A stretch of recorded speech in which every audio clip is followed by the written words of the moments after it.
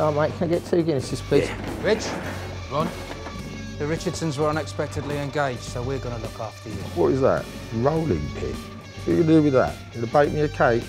I come here for a proper shootout with some proper men. A shootout, right, is a shootout! Like a Western. In any movie nowadays, you have to find a hook that gives it a proper reason to be, and for, you know, with the strength of premium television, to get audience members to go to and spend the money and see it in a cinema.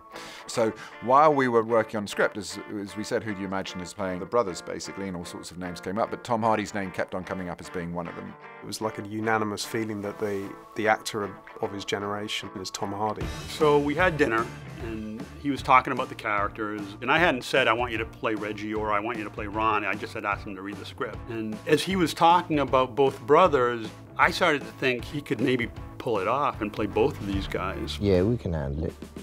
And at the end of dinner, he preempted me and he said, you know what, he goes, I want to do it, but I want to play both of them. And I just said, done. And we'd sort of talked about that possibility before.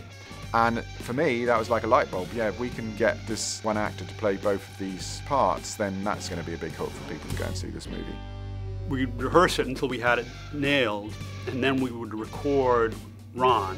And when we shot Reggie, we would play Ron's dialogue back in Tom's ear so he could react to himself, and he could interrupt himself. You're talking about being gangsters, right? Which is what we are. Don't.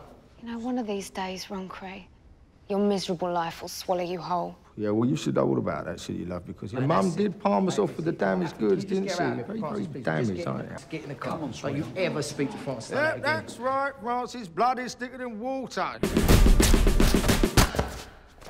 You would sort of, in a way, forget all of the technical stuff.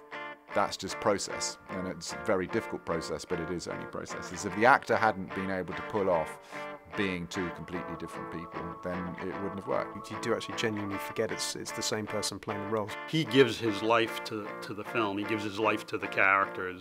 The way he can do it and the way he approaches it, I think they're more important to him than he is.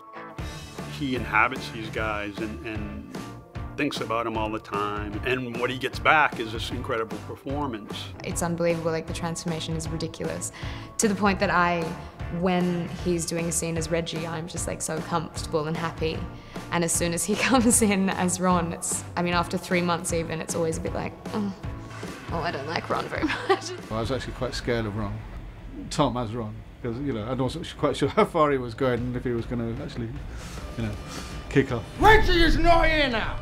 So you work for me, Ron Kray!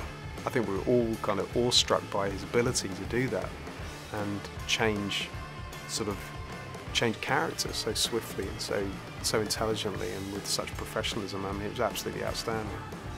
What exactly are you asking me to do, Mr. Primo? I'm asking you to do something about Ron. I can't do that. He's my brother.